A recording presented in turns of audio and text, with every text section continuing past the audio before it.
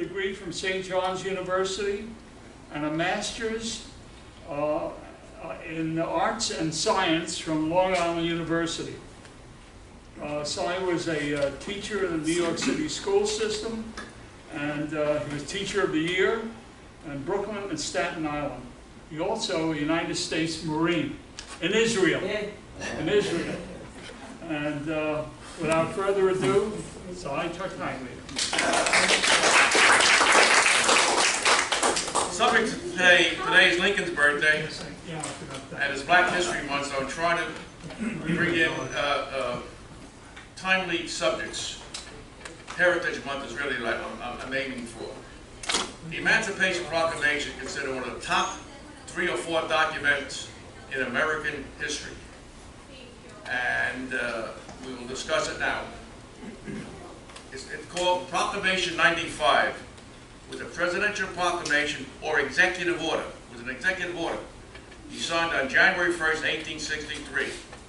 It changed the federal legal status of more than 3 million enslaved people in the designated area of the South 4 million. from slave to free. All right. Yes. 3.5. There any cardinal doctrine among Lincoln belief was his confidence in the inevitability of progress. Inevitability of progress. He was a typical Enlightenment kind of optimism he had. And coming from a man born at the end of a long Enlightenment era and steeped in the conviction that the American founding contemplated the progressive movement improving the condition of all men everywhere. The American Civil War.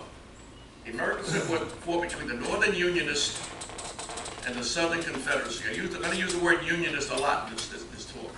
At the heart of the war was the issue of slavery in the Southern states. Nearly 100,000 white Southern Unionists enlisted in the Union Army and fought to preserve their nation. Every Confederate state, except for South Carolina, provided at least 1 regiment of white Southern troops for the Union Army. These white Southern Unionists fought not only for the national preservation, but they did despite the fact that by the war's later years, the Union Army was undeniably an agent of change in the South. And okay, let me just a little more on this map. These are the southern states. That was in rebellion. The southern states of the United States. There were border states there. You can see West Virginia Virginia was part of it, but there were because the parts of West Virginia were starting to come to the Union and thought the new state of West Virginia, they were not included. A series of constitutional amendments proposed in Congress in 1860 to serve as a compromise between pro-slavery and anti-slavery factions, one of which would have permitted slavery in the territories south, but not north at latitude 30 north, also called the Crittenden Plan. This is by Southern, a lot of Southern Unionists didn't want to go to war. They wanted some sort of compromise. It was a weak attempt to head off the coming Civil War, led by Southern Unionists and Northern border state representatives. Now, the border states were in the middle. They did want to, Lincoln, they didn't join the South. Lincoln, big hope was that the border states would not join the Confederacy, and they did not. So that's probably if they did, it would have been lost. Okay. Okay. Hoping to appease the newly designated Confederate states, Lincoln reaffirmed his position and even agreed to a proposed 13th Amendment to the Constitution that would have guaranteed tolerance of slavery in the states where it existed. The amendment did not pass. The 14th Amendment followed. No state shall make or enforce any law which shall abridge the privilege or immunities of citizens of the United States, nor shall any state deprive any person of life, liberty, or property without due process. That's the due process clause in the law. You cannot deny this to any person in the United States. Emancipation Proclamation or Proclamation 95 with the presidential proclamation and executive order issued by President Lincoln on January 1st, 1863. It changed the federal legal status of more than 3.5 million enslaved people in the designated area of the South from slave to free. As soon as the slave escaped the control of the Confederate government by running away or to advances of federal troops, the slave became legally free. Once the Union territory or the Union Army entered the South, he was legally free.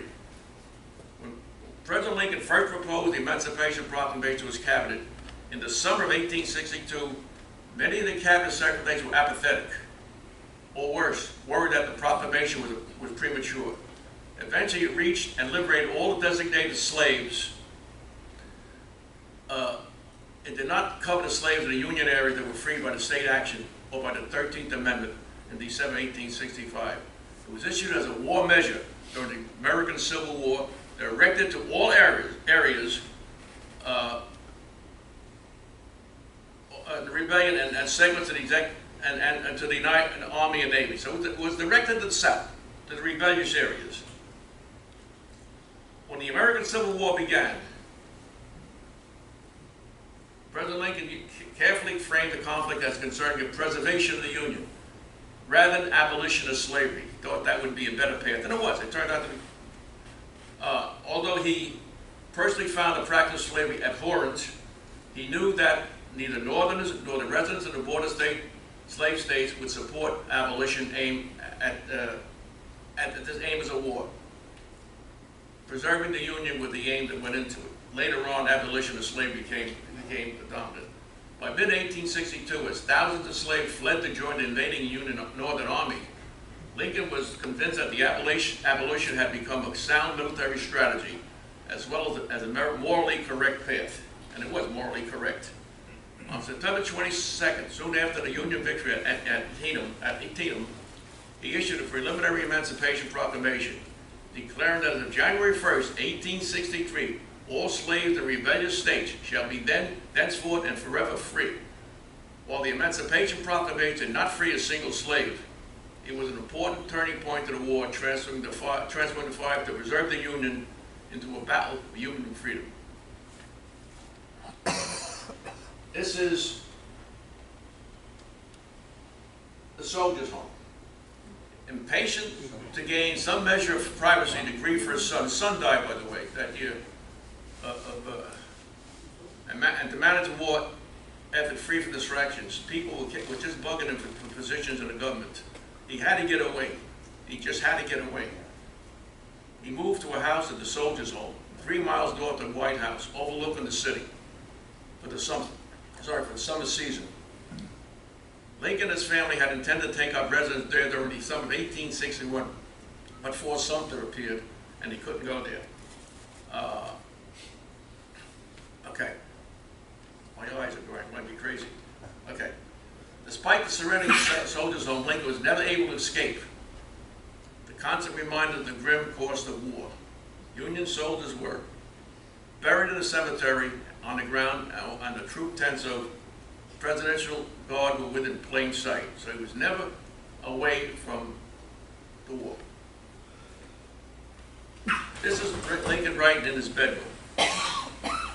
Let me blow that up a little bit.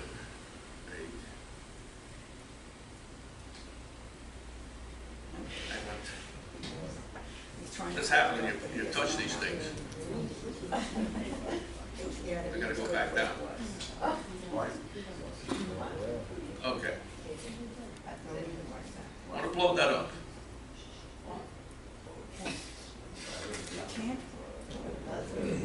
That's Lincoln writing with pen on paper on his bed. Lincoln liked to write in his pajamas. I got another picture there. Another famous leader, world leader, loved to work in his pajamas. That was Winston Churchill. He loved, also, I understand he also loved to sit in the bathtub and dictating to his secretary. There's another picture of a portrayal of Lincoln writing the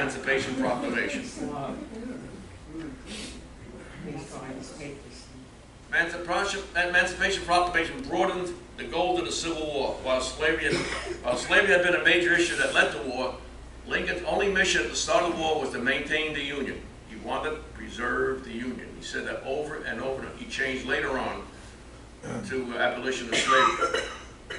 Made freeing the slave the explicit goal, the Union war effort. That after the victory of that, I think, Antietam, that was the victory that propelled him to declare that abolition of slavery was the main goal, not preservation of the Union. Both were wonderful goals, but he saw what was going on, and people wanted to abolish slavery. Abraham Lincoln was worried about the upcoming election, so he wanted to unify his party under his leadership. He wanted to gain support by appealing to as many different people as possible, as politicians do today. Lincoln was trying to motivate and honor the soldiers of the northern states to continue through the Civil War. He focused on the noble ambitions and ideals of the war and the reasons for fighting.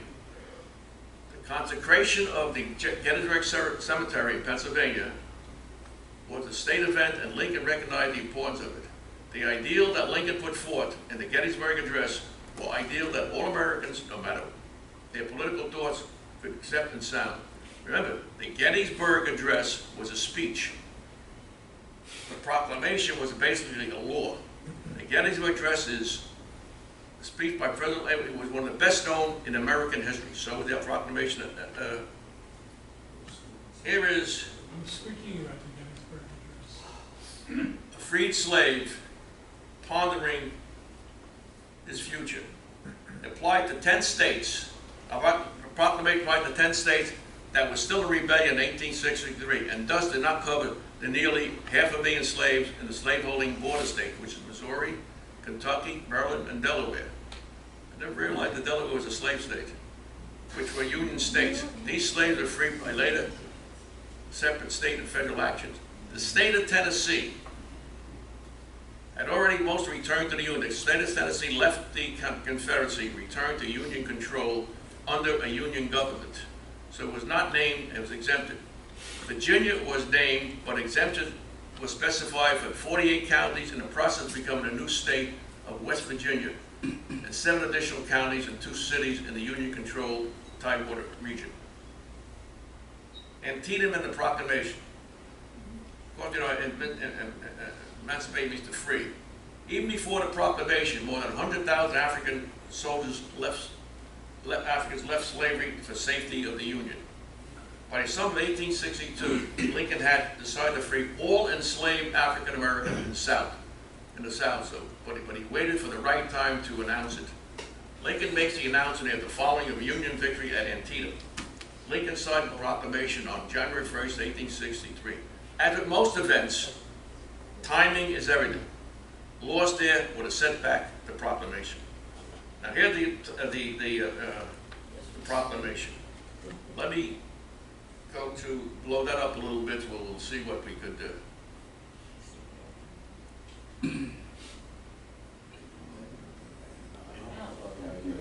There is, but we can always read that. But however, as early as 1849, now going way back before the Civil War, Lincoln believed that slaves should be emancipated, encourage a program in which they would be freed gradually. A lot of people don't know that. He originally wanted freedom, not a blanket freedom, little by little by little. Maybe if they did that, there would not have been a Civil War. Early in his presidency, still convinced that gradual emancipation was the best course, he tried to win over legislators. To gain support, he proposed that slave owners be compensated for giving up. When you touch this thing, you go crazy.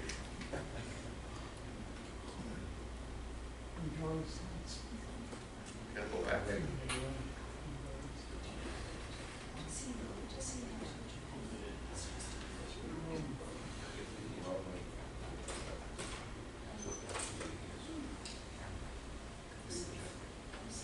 All right.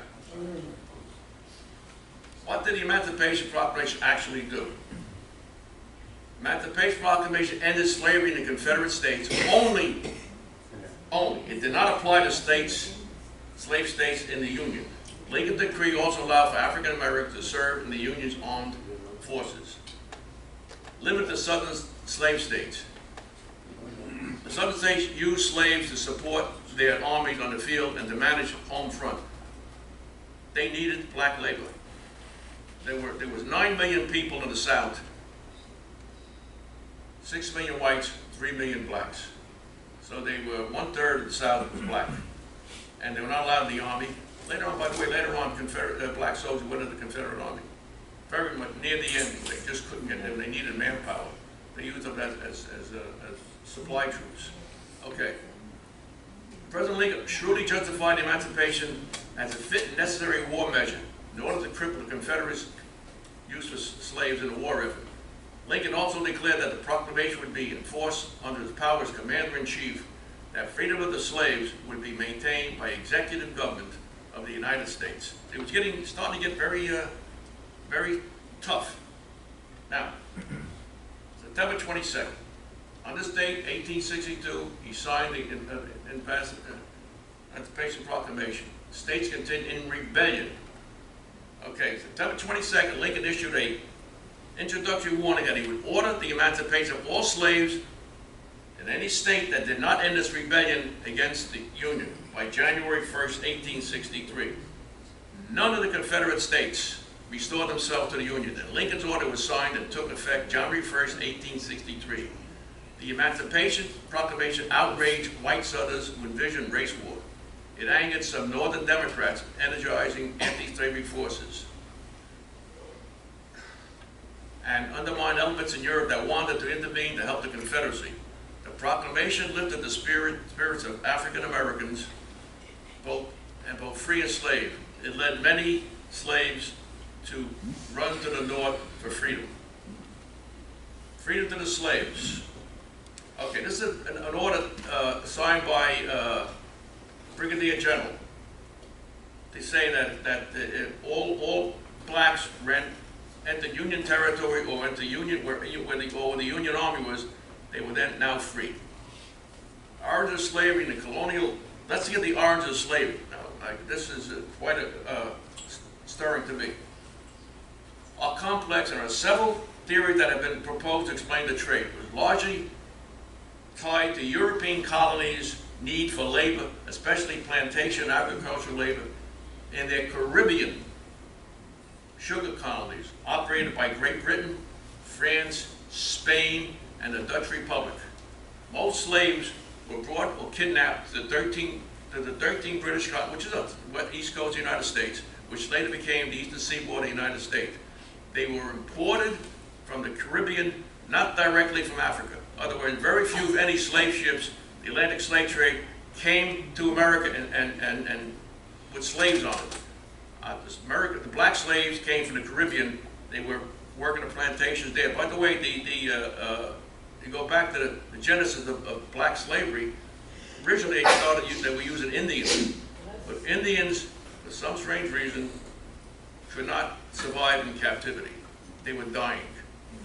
So they got the bright idea of bringing the slaves in from the Caribbean to work the plantations. Okay, great happiness, the news of freedom, shows a slave market to freedom. You see 3 cartoons, or 3 pictures there, and it's pretty well explicit. Finally, allowed an education to grow for an education future. Now, in this classroom, not only had children, but you had grandparents, black grandparents, who wanted to learn how to read. So I can imagine grandparents and grandfathers and grandmothers in the same classroom learning how to read, which was great. 3 major effects of the Emancipation Proclamation. Union in the North. Many Northerners suffered a loss of morale after a large number of casualties in a battle. They were large mounted and they were horrible casualties. Don't forget, those hit by a rifle, the balls were really big. They tore you apart. And there were charges into riflemen, which those rifles were devastating. If anybody went to Gettysburg and you saw where the charge took place, I can't understand how Pickett's charge took place. I just can't. I just can't understand it. He would just. Anyway, it's another story. You had disunion in the South. The Confederacy relied on slave labor to maintain its farms, and white males went to fight in the war. As slaves heard about Lincoln's action, many deserted their plantations when the Union Army drew near, which hurt the Southern economy and forced some men to remain in their home rather than fight. Kept Britain out of the war. This was a major thing.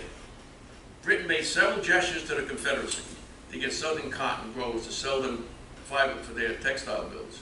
However, since Britain had recently abolished slavery in the whole of Britain, the whole British Empire, it was possible to support a people whose constitution protected slavery. Until September 1862, the main focus of the war had been to preserve the Union. With the issue of the Emancipation Proclamation, it now shifted to abolition of slavery. Britain fans had considered supporting the Confederacy in order to expand their influence in the Western Hemisphere. However, many Europeans were against slavery, although some in the United Kingdom saw the emancipation as only limited and reckless. So some agreed with Lincoln's shift from to anti-slavery from the Union, but if I get this thing here going here, but it was now the you know what had happened economically, that the cotton trade with the South, when England did not buy cotton anymore, they couldn't. Very little came through. It shifted now to the Egyptian cotton. There was a fellow by the name Muhammad Ali, who was an Egyptian cotton. He then expanded the Egyptian cotton trade worldwide because the Southern cotton was no longer available. Black reaction to the proclamation. So many black leaders decried proclamation. In there it said Lincoln indicated that only African in suitable condition would receive in the armed service of the United States. A lot of black leaders did not like that verbiage. There was now, and he issued a General Order Number 143 establishing United States Colored Troops, USCT. That was all through the Civil War and then beyond. The United States Colored Troop was the how you describe blacks in the Army or Navy.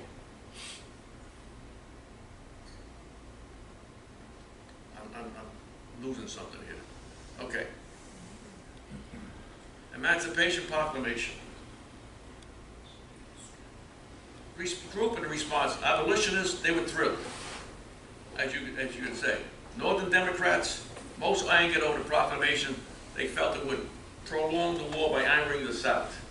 Union soldiers, most soldiers welcomed the proclamation. They felt it would weaken the South and it would give them a reason to fight on. White Southerners were enraged, as you well understand, and black Southerners would welcome the proclamation. The Emancipation Proclamation led the way to total abolition of slavery in the United States. Of course, to change the aim from war, from preserving the Union to abolition. Now, here's a statement made in 1862. If I could save the Union without freeing any slave, I would do it. And if I could save it by freeing all the slaves, I would do it. And if I could save it by freeing some and leaving others alone, I would also do that. I have here stated my purpose according to my view of official duty. I intend no modification of my often expressed personal wish that all men everywhere could be free. So he was willing to compromise on the question of slavery. I have Frederick Douglass. Learned to read and write through various ways as a slave. After he escaped to the North, he became extremely active in the abolition of slavery. Became a lecturer, newspaper editor, and a writer of the topic of abolition. Founded the North Star, an abolitionist newspaper. Helped influence the Emancipation Proclamation during the Civil War. He was born Frederick Augustus Bailey, February 1818. He died February 8, almost on his birthday. An African-American social reformer, abolition orator, writer, and statesman. After escaping slavery in Maryland, he became a national leader of the abolitionist movement in Massachusetts and New York, gaining known for his dazzling oratory and incisive anti-slavery writings.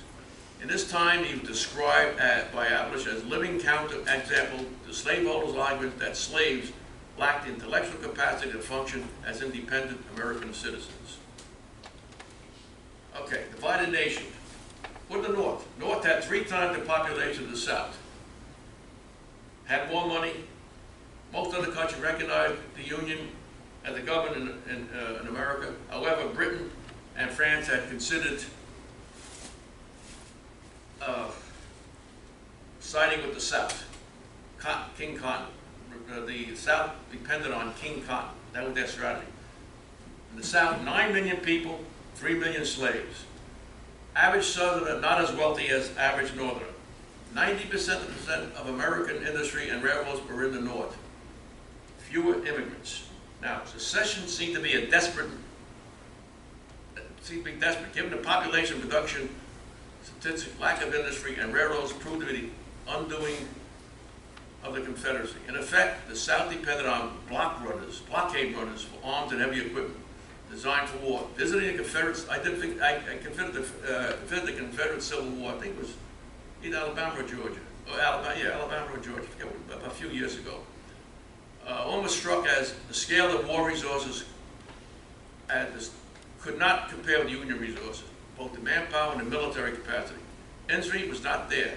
However, they had the best leadership and was able to prolong the war.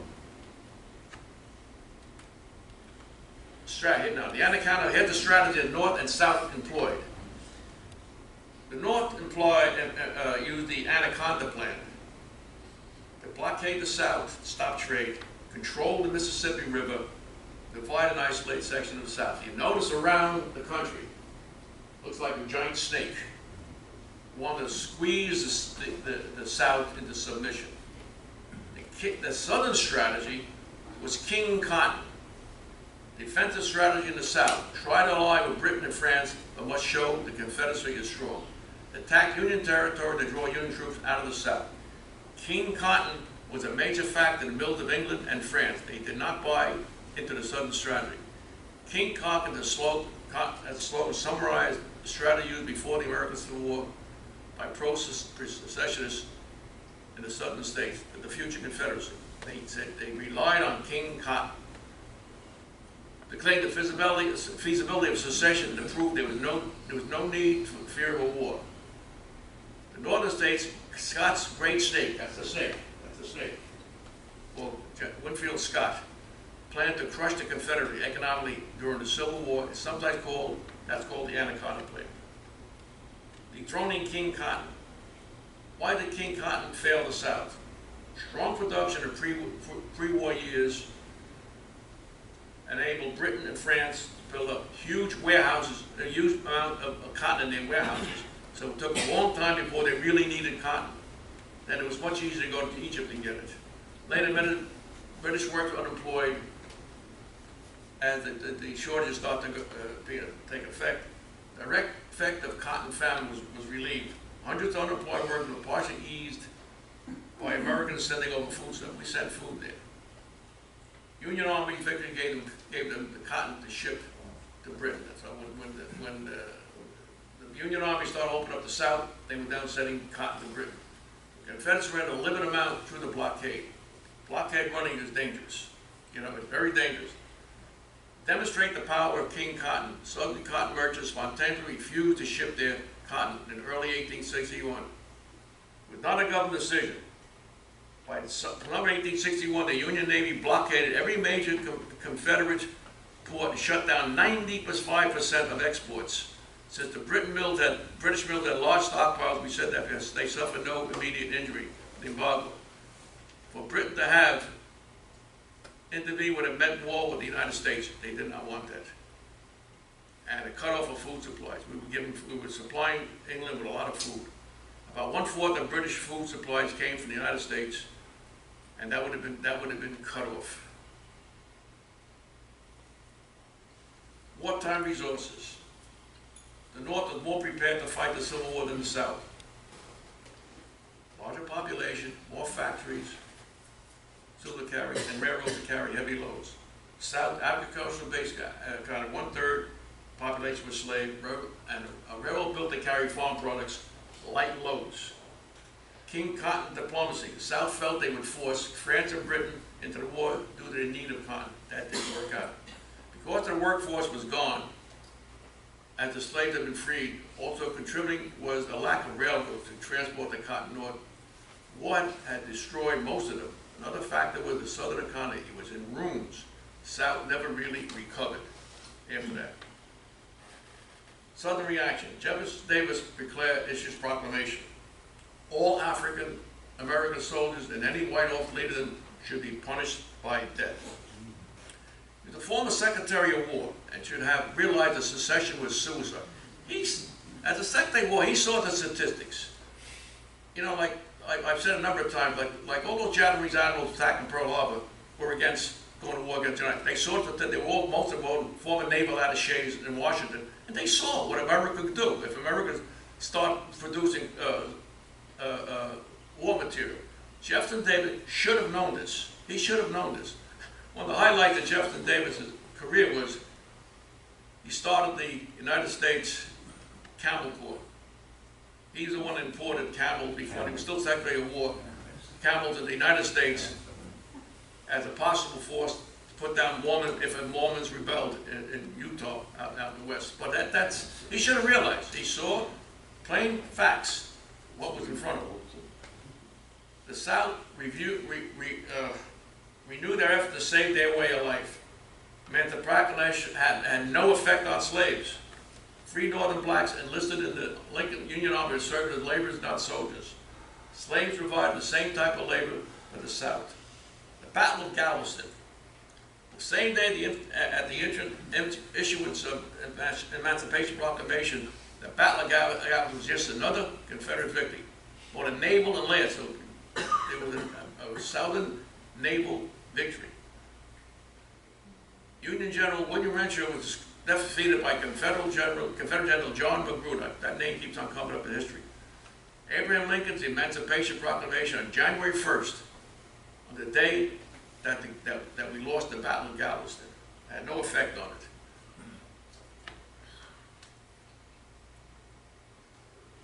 Republican platform was an anti-slavery platform.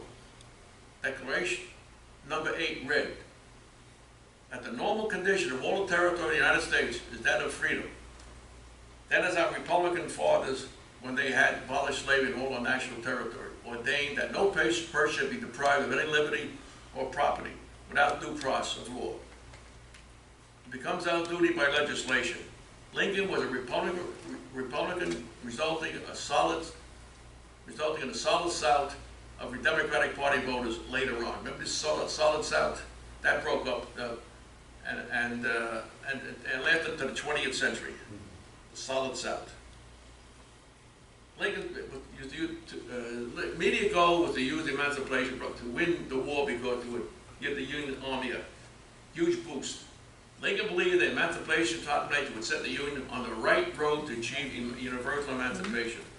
From the first days of the Civil War, slaves had acted to secure their own liberty. The Emancipation Proclamation confirmed their insistence that the war for the Union must become a war for freedom. They added moral force to the Union cause and strengthened the Union both militarily and politically. As a milestone along the road to slavery's final destruction, the Emancipation has assumed a place among the greatest documents of human freedom. Not only one of the greatest documents of the United States history, but of human freedom. This is Frank Leslie illustrated print of a mass meeting held at the Institute Hall on Meeting Street in Charleston that endorsed a call for the legislature of South Carolina for a state convention to discuss the question of secession from the Union. The meeting was held less than 1 week after it was announced that Abraham Lincoln won the 1860 presidential election. At Institute Hall, South Carolina would vote to secede from the Union on December 20th, 1860. Okay, Lincoln you got Allen Pinkerton to the left, President Lincoln the Senate, and General John McClellan near Antietam. The photograph was taken near the bloody fields along the Antietam Creek some days after the battle. Union named the creek, after the Union name for the creek. Okay. Pinckney would remain the head of the Union intelligence until McClellan was relieved of his command in November 1862. Lincoln got rid of a lot of generals. They just were they were fighting against the cream of generalship in the United States with the Southern generals. With the Southern generals, they were great generals, but a lot of them went with the South. General Butler's decision to confiscate those who were pressed into labor for the Confederates was a major blow to the Confederate war effort. The cartoon satirized the dependency of the Confederacy on slave labor. They were running away, and you saw that there, Fort Monroe. That was General Butler, where the Union Army controlled, and the slaves ran that. Remember, it said if you reach Union territory, you're free. Slaves began to undermine the South once they began running to the north. The Union Army facilitated this by encouraging slave rebellions, while at the same time promised the Confederate Army that the Union Army would encourage slave insurrections. The slave insurrection changed the balance of power on plantations, enabling slaves to run away to fight for the Unions. They would now promise of freedom. All you had to do was get to the blue coats, and you were free. Okay. Targeted southern states. You saw the targeted with the tan on the bottom. All the reddish were states omitted because they were border states, and they didn't join the South. And there were exemptions, southern states and counties was sort of white, which is Virginia, part of Virginia, half Virginia, and what part of it became West Virginia. Lincoln freed 4 million slaves with a stroke of the pen. That number keeps on changing, but it's okay. But that the proclamation was a key moment in a complex and prolonged historical process that led to the end of slavery. At the height of the Civil War, slaves worked on southern plantations, picking cotton, which supported the southern economy and provided them with sufficient funding to accommodate the South war effort. That was the crux of the South war. If you can get rid of it, if you get the slave to leave, much of their war effort would collapse. They would not have funds to buy arms, even to pay blockade runners. So the key was get the slaves out of the South. Black people in the Confederacy. Confederates enslaved free black people after emancipation. They enslaved after Emancipation Proclamation. Otherwise, they didn't have an effect on the South. They didn't care. Davis counter proclamation. All free Negroes shall be placed in the slave status and shall be deemed chattels, irreparable, personal property. Or the Confederate Army to capture free black people in the North and enslave them. Robert E. Lee, Pennsylvania, 1863. In United States history, free Negro or free black was the legal status in the geographic area of the United States of blacks who were not slaves. If you're not a slave, those years you call it free Negro. You got somehow you can earn your freedom, but it has to be given to you by the slave owner. The term was in use before the independence of the 13 colonies and elsewhere in British North America until the abolition of slavery in the United States in 1865. Then the term after that became unnecessary. Now there's a cotton gin. It was discovered, way before. This piece of machinery right there increased the need for slaves. Now you're producing more and more cotton quickly. Before you had to take the seeds out by hand. It would pluck like forever. Once they got the cotton gin, though, there's a case of a wonderful invention leading to horrible results. Increased the need for slaves because now more and more cotton could be processed, and more and more cotton could be picked, and rather quickly. Eli Whitney invented this cotton gin in 1793, way before the Civil War. A woman named Captain Green provided Whitney with funding to create the first cotton gin. Thanks to the cotton gin, the amount of raw cotton yield doubled each decade after 1800. It means more and more slavery. Reaction to the proclamation. African Americans gave thanks on December 31st, 1862, New Year's Eve. Abolitionists rejoiced.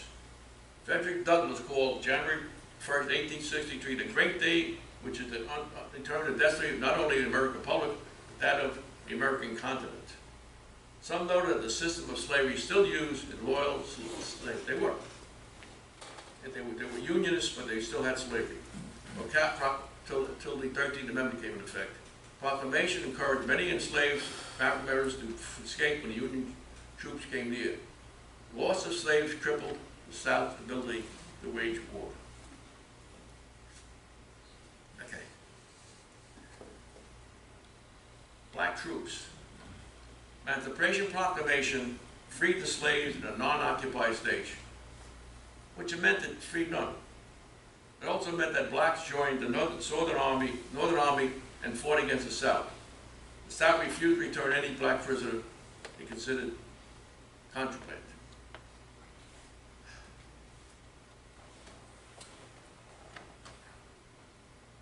Emancipation Proclamation transformed the Civil War into a moral crusade against slavery. Reaction north were mixed. Abolition complained that Lincoln had not gone far enough. There's always going to be somebody on it. Some northern opposed wars of abolition. Emancipation helped prevent Britain from supporting the South. Certain risks were involved. Lincoln was certain to be criticized by the peace Democrats who wanted an early negotiated peace with the South. Fellow Republicans were worried that the proclamation would weaken support of the Poles. White northern workers were especially concerned about emancipation, fearing that the freed blacks would migrate north and take their jobs. African Americans in the war. African American soldiers following the Emancipation Proclamation, many began pushing for enlistment of African Americans in combat. Black leaders wanted to join the fight as a step toward earning political rights. Now, famous statement by Frederick Douglass. First comes the cartridge box, then the jury box, and finally the ballot box by Frederick Davis. About 200,000 former slaves joined the Union Army. New York Times. Let's see if I can get this. I can blow it up right, but it just doesn't want to work now. Article, report, New York Times. Notice the price, 2 cents. Pros and cons and Emancipation Proclamation. Good things, end of slavery in the South. Very good. Thousands of slaves freed the South for the Union, weakened the Confederacy. African Americans enlisted the Union Army, helping war effort.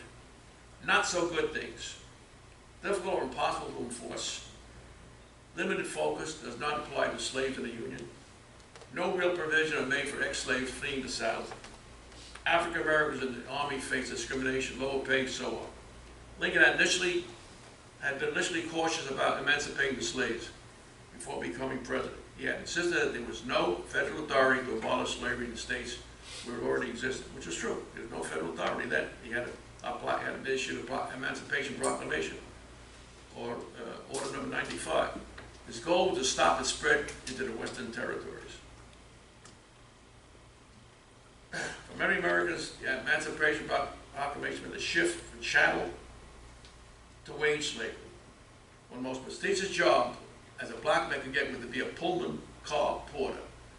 Most were later to get out of their denims, the symbol of slavery, and to clean uniforms. But they soon discovered that the Pullman company also had a plantation mentality with very low wages. Porter was expected to pay for his uniform, shoe shining equipment, and other supplies. He was dependent upon the tips of the wealthy white patients to survive. On September 22nd, 1862, Lincoln issued a preliminary warning that he would order the emancipation of all slaves in each state that not end its rebellion against the Union by January 1st, 1863.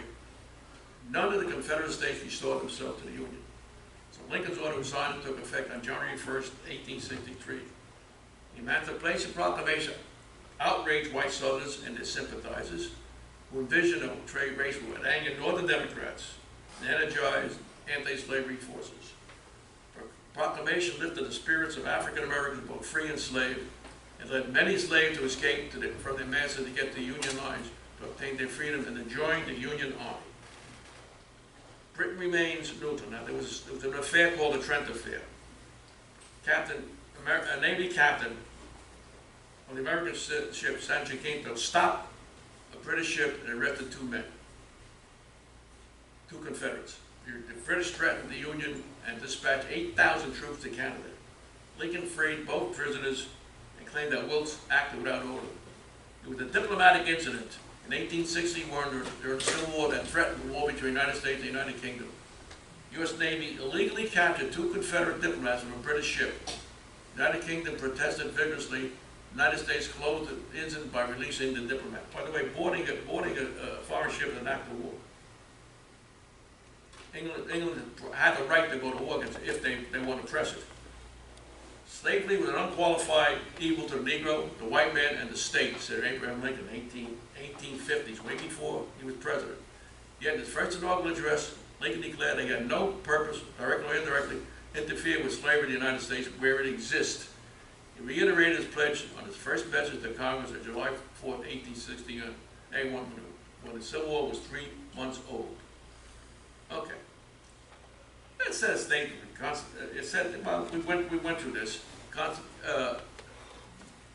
Second Confiscation Act, July 18, was firstly an Emancipation Proclamation. Read that slave work, growing food for the South, and work the armaments industry, thus they were contraband. And that was allowed to, okay, former slave work deal. This is Fort Monroe in Virginia. Middle installation located in Hampton Roads, Virginia. South remained under the United States control throughout the American Civil War. Former slaves were then put to work. Once again, they reached Union territory, Fort Monroe. They reached Union territory and they were free and they were started to work for. Okay, we went through this. I know it's getting in time. I want to get to finish a lot of it. Okay. This is Sherman's march to the sea. He's leaving Atlanta burning. From November 15th to December 21st, 1864, under Union General William T. Sherman led some 60,000 troops on a 285-mile march from Atlanta to Savannah, Georgia. The purpose of this march to sea was to frighten Georgia's civilian population, abandoning Confederate cause. Atlanta burning. Remember your history. He brought very little or no supplies. He was living off the land. And that enraged the South. Really, and really he's trying to hurt civilians. That's a Confiscation Act of 1862, enacted by the Senate and the House of Representatives. And every person who shall hereafter commit the crime of treason. Rarely did I hear the word treason in that in the American Civil War, but I see it here now. Against the Union shall be adjudged guilty thereof, shall suffer debt, and all the slaves, if any, shall be declared and made free, or at the discretion of the court, he shall be imprisoned for not less than 5 years, and fined not less than $10,000. And all the slaves, if any, shall be declared and made free. And then I think one of the first times I've ever used the word treason used against Southerners. Okay, land distribution. The Congress did pass the Confiscation Act 1860 and would rent former slaves land held by the Confederates. Some of these lands were sold to free slaves, also Yankee speculators, carpetbaggers, kept by the government. This created false rumors that free slaves would get 40 acres and a mule. I remember the old cowboy picture when I was a kid. Hear that term, 40 acres and a mule. For the most part, instead, the land until help needed, they only received advice. This is Napoleon III. He wanted to enter the war on the south side, but when the Union victory started coming in, he had to change your heart. Now the Northern Draft Riots, right, this is, if you saw the picture of the 5 points, this is pretty prominent in the 5 points. Draft riots, known as the Draft Week, were violent disturbance of whole Manhattan, widely regarded the culmination of working class discontent with laws passed by Congress that year. The draft meant to fight the ongoing American Civil War. The draft was instigated by a section of public and the media, supported by some local leaders, were aimed at stopping the Emancipation Proclamation being fronted by President Abraham Lincoln. These leaders supported the riots for mostly political reasons, since power seemed to be shifting Democrats and Republicans. Again, political issue. Got a little more here than that. Draft riots were a culmination of mounting economic, political, and social tensions that existed among New York's melting pot of culture. In fact, the Civil War and the Conscription Act were only sparks that ignited the fuse. The main cause of the riot lies in New York's social and political history. The mass of immigrants and the promise of leading a good, better life found that promise to be false. Instead of finding the American dream, they found misery and overcrowded slums. These immigrants and working class, the riots were violent protests against rich and elites' exploitation of the poor. Finally, the city, founded upon business and capitalist principles, the draft riot was a demonstration of city's ambivalence toward war and desire to return to the prosperous economic advantage. Okay. The final result of this tension was an upward directed and downward attack on the city's wealthiest and poorest that became the catalyst for change. A lot of Irish and German immigrants were involved in this. And the Irish were particularly inflamed because they were taken right off the boat. They spoke English in Ireland, and they were drafted right off the boat into the Union Army, and they were angry. They didn't come here to go to fight a war. They came here to escape the potato famine. But the fact that their language was English, they were right into it. The major significance of the New York draft riots and the Civil War was that they showed the attitudes of many Northerners toward blacks and toward the emancipation of slaves. Because of this, they were vehemently opposed to the Civil War, especially the draft.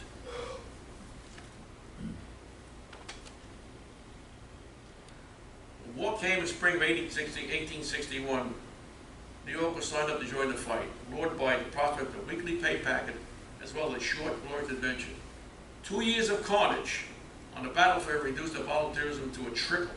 When Lincoln issued an Emancipation Proclamation, New Yorkers launched protests while soldiers and officers of the New York unit deserted or resigned their commissions, declaring they'd fight to preserve the Union, not to free the slaves. Okay, there's the Gettysburg Address. We're coming down to the end. As I said, one of the most stirring addresses in human history. We played the, and there's the, I saw that sign in Pennsylvania, Gettysburg, Pennsylvania, and they restored a lot of buildings around it. It was a very stirring moment. Okay. He lived a 272-word Gettysburg Address on November 19, 1863 on the battlefield near Gettysburg, Pennsylvania. 77 years ago, our fathers brought forth on this continent a new nation, conceived in liberty and dedicated to the proposition that all men are created equal. The effects, we know the effect, they freed slavery, and Maryland, Missouri ended slavery toward the end of the war. 13th Amendment was passed, emancipating all slaves. Now, economic devastation in the South. Property values had collapsed. Confederate money and bonds and money were worthless. Railroads were damaged or destroyed. Cotton that had not been destroyed by the war was seized as Confederate property or forfeit federal taxes. Emancipation of the slave meant the loss of about $4 billion invested in human flesh, left the labor supply in disarray in the South. Nicodemus. During the Reconstruction period, freed slaves began to leave the South. One such group, originally from Kentucky, established the community of Nicodemus in 1877 in Graham County on the high and plains of northwestern Kansas. However, because of several crop failures and resentment from the county's white settlers, all but a few homesteaders abandoned their claims. A rising population of 500 in 1880 had declined less than 200 by 1910.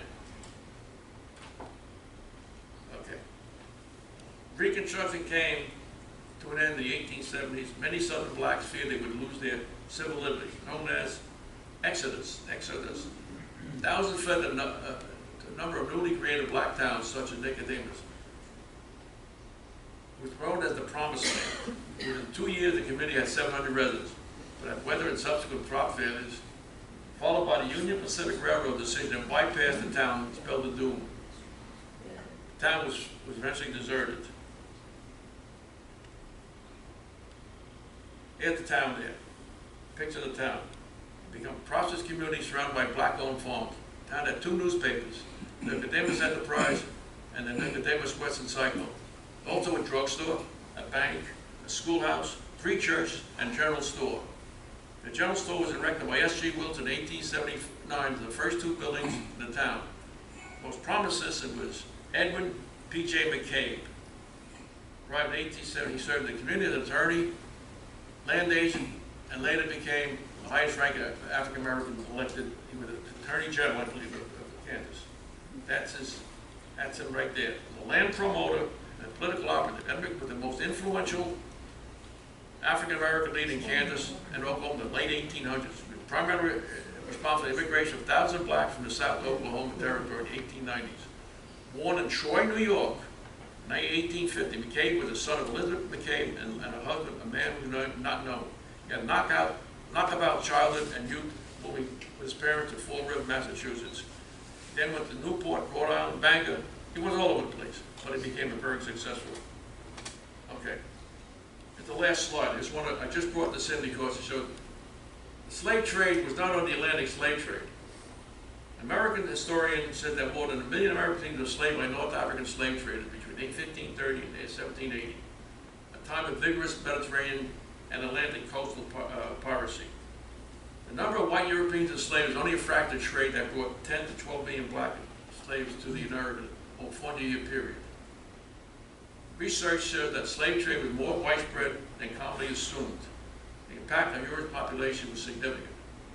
One thing that both the public and many scholars have tended to take, given that slavery was always racial in nature, that only blacks would have been enslaved. Not true, Mr. Professor Mohio thinks. The Mediterranean slave trade, the only thing in common, Arab slave traders were involved in both. In the African slave trade, the Atlantic slave trade, bringing Africans to New World, or in the European slave trade, bringing whites into that was the only common denominator. The rest was, okay, that's the end of that. And put the lights on, I guess. That's not the lights.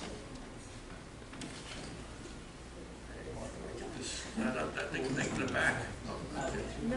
All right, I'll take questions. Sorry, my eyes, I have bad set of eyes. My eyelids droop. I was putting medicine in before the razor, but it wasn't working. So I start missing things. I got to do this to see. Okay. Question. A slave comes free. He's walking along the road. Southerners see him. They take him. How can he prove? He shows a piece of paper and he's free. Yeah, that paper is destroyed. What stops them from just taking him? They did. Good question. But it's usually well known that he's a slave. But Johnny Jones, a slave owner, freed Jack Smith. Like 50 miles away. But his best thing is to get out of there. Get out of there and run. Go north, you know. Anything else? Yes. Well, most of the Confederates who fought in the Civil War didn't own slaves. Only 1/3 maybe owned slaves, 2/3 never did.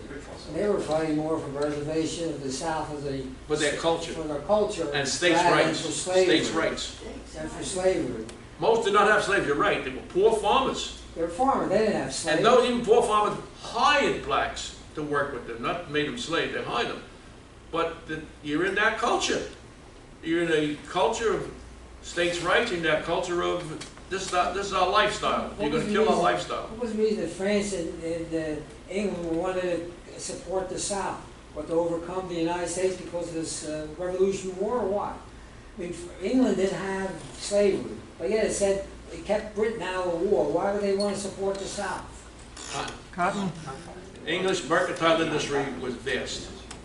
was vast. They Did they needed get cotton from Egypt and the other countries? the Egyptian, as I mentioned, I had a slide on that, but I didn't want to, it was getting too many slides, so I deleted it. I mentioned it. A guy by the name of Muhammad Ali, of all names, an Egyptian cotton producer, then took over a lot of the cotton distribution and cotton production, and Egypt. That's how Egypt became big in cotton export, because the American Civil War. They weren't getting it here, so Europe had mills galore. The Industrial Revolution, they had these machines, and so they needed cotton for their economy. So this guy in Egypt brought it on. Muhammad Ali, I love that name. Okay. Yes. Any other questions? Yes. I wanted to add, the Trent Affair was much larger than the way it was I expressed. can't hear you. The Trent Affair Yes. was much larger than what you expressed. Yeah, of course. Lincoln was so upset of it, he Oh, finally yeah. came forth and he quoted as saying, Almost went to war with England. "One war is enough." And he gave in to the British and he released the two Southern representatives. He had enough problems. Didn't need another war with Britain. Did not. Actually, the South, the Union would have lost if Britain came to war against America. The South would have taken advantage of that. So one war at a time is enough. Take one at a time, not two at one time. Any other questions? Second question.